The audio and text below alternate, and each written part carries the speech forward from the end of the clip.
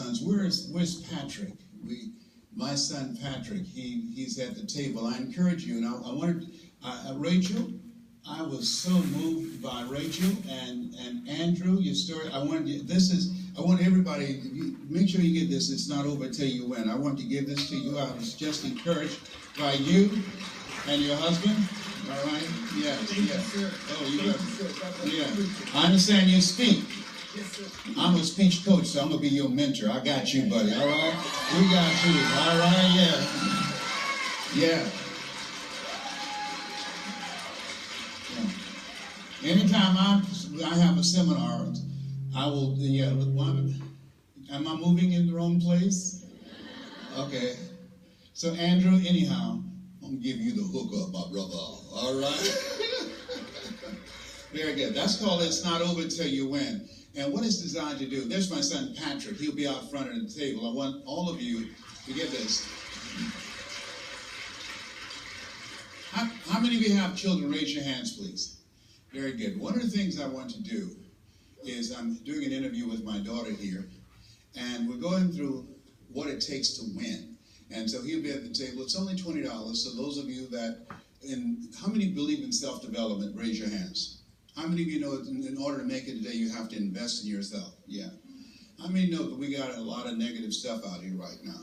Yeah. So you really have to work on yourself. And I stand up here, I'm a 20-year prostate cancer conqueror because of God's grace and mercy. Yes, sir.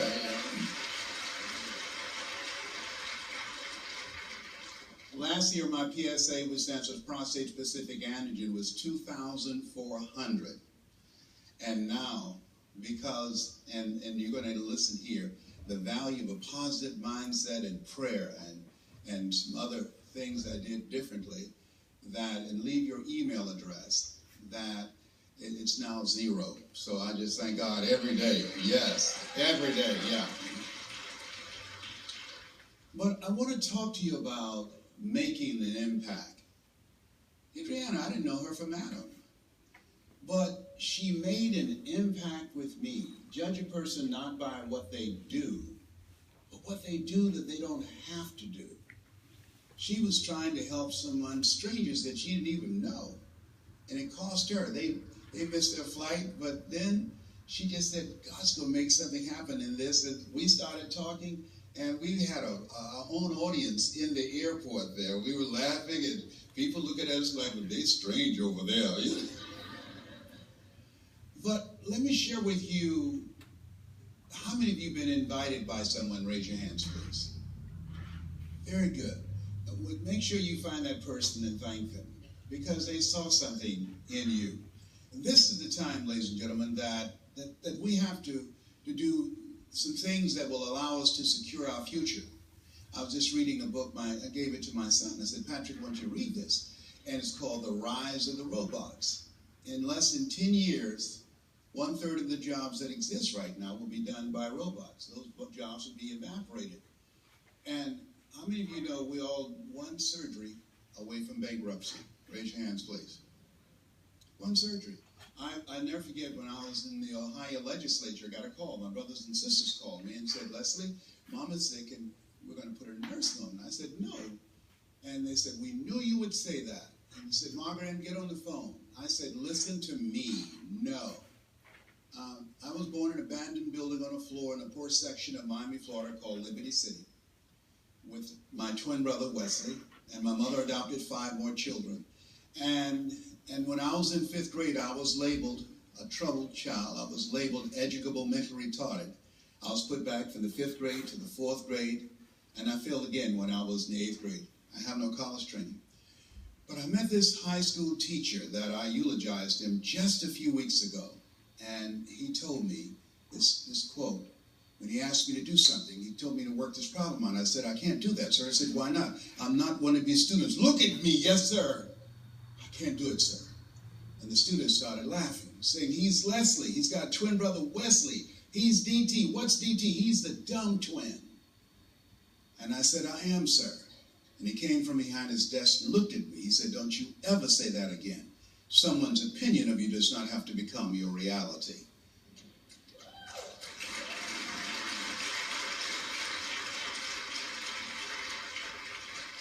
And that was a turning point in my life, because he looked at me, and he looked at me not as the dumb twin, but as I was special. And I'd been taunted all my life. I'd always been compared to Wesley and to my sister, who graduated from the University of Miami. And I learned something from him and about life, is that you having goals and dreams that you'd like to achieve. I want you to think about those right now. This evening is going to be a transformative time. I want you to think about some goal and dream that you want to achieve.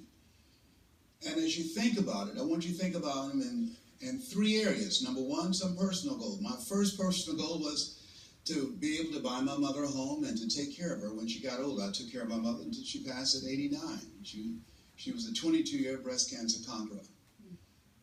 And so I want you to think about that goal of yours. When I told my brothers and sisters, no, nobody's going to take care of her but me, we can do this, is because I just couldn't see how could one woman take care of 7 children who couldn't take care of themselves. But 7 grown people couldn't take care of one woman. I had a problem with that.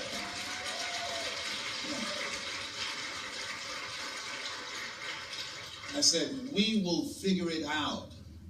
And some of you in this business for the first time, some of you are going to be invited to become a part of this business, and you have no knowledge about it. You will figure it out.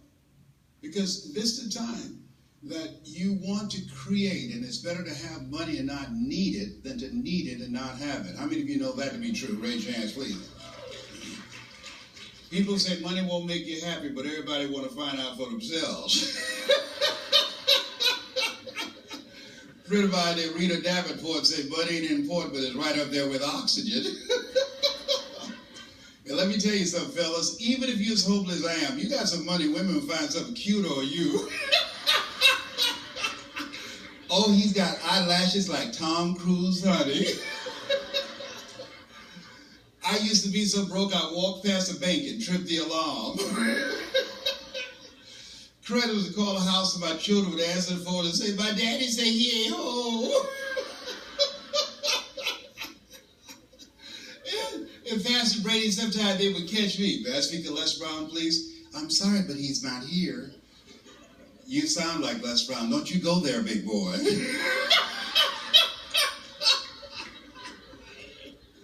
Oh, my God. When I have money, I don't even need my medication, I'm telling you. So I want you to think about someone special you'd like to do something for. Someone that you love, someone you care about. Next thing is, I want you to think about your financial freedom number. Once you earn that amount of money and your bills are paid off, it will alleviate a lot of stress. It will give you more time for yourself. You'll be able to do something special for the people that you love and care about. I love when I was with Adriana's sister today, and she was saying how what she's going to do for her husband, take him on a cruise on their 20th anniversary. And just the way her face lit up with joy and happiness, be able to do that for you. How many have somebody special you'd like to do something for? Raise your hands, please.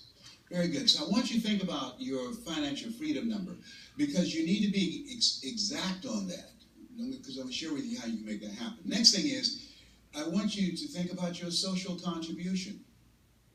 When I told Adriana I was going to come, and she has no idea how much I charge for an hour's speech. She said, "Oh, you're going to come? Oh, good." That's Adriana, always fired up. Oh, good. I said, I don't want to make her faint here in the airport, you know. So she said, "Come on, brother." And so is that, you know, when I make more in 1 hour than 90% of the American public earn working for a whole year, and I fly first class, but for Adriana, I flew coach on Southwest. I was all squashed up. The lady next to me should have paid for part of my ticket because she was in my chair too. And as we were flying here, I kept saying, Adriana, I love you. Oh my God. Oh, first class has spoiled me. It's a trip. I love it. I love it. I love it. But I didn't turn left this time. I turned right. Everybody's first class on Southwest. By the way, I want to tell you, I have hot flashes. It's a part of my decantering program. You have hot flashes. I put the cover on, I take the cover off. Put the cover on, I take the cover. I'm turning red as I talk about this, but you can't see it. Whatever. But I felt obligated to come, to serve her, to serve the server, because she's a server. She helps homeless people. She helps anybody that she can find. And she's a giver. And I said, this is my mandate. I must do this. I will be here for her. So, Adriana, you don't have to write me a check for $30,000, all right? That's what I earn in the U.S. for 45 minutes, all right? But I will take food stamps, all right? Plexus and food stamps. And if you can get, I don't know, Linda, you Mexican, you don't know nothing about sweet potato pie. You know how to fix a sweet potato pie? I knew you didn't. I knew it. But the next time I come, if somebody can hook me up with a sweet potato pie, I'll come back again, all right? Yeah, is that right? My mother was fixing sweet potato pie so good you couldn't eat it with your shoes on. You had to take your shoes off so you could wiggle your toes. So, Adriana, I want to give this to you. It's not over until you win. This is my sister. Yes, indeed. Yes, indeed. Thank you. I love you. Thank you. People say, why are you going to Houston? I said, Miss Adriana, I saw the airport. Who is she? I said, you would know if I told you. It's all right. But what is it that you can do? Who is it that you can help? The least that you do unto these, my brethren, you do it also unto me. That you can make a difference in somebody's life. This man, Mr. Washington, who looked at me and said, someone's opinion of you does not have to become your reality. I've never known my biological mother or father, but this man poured into my life.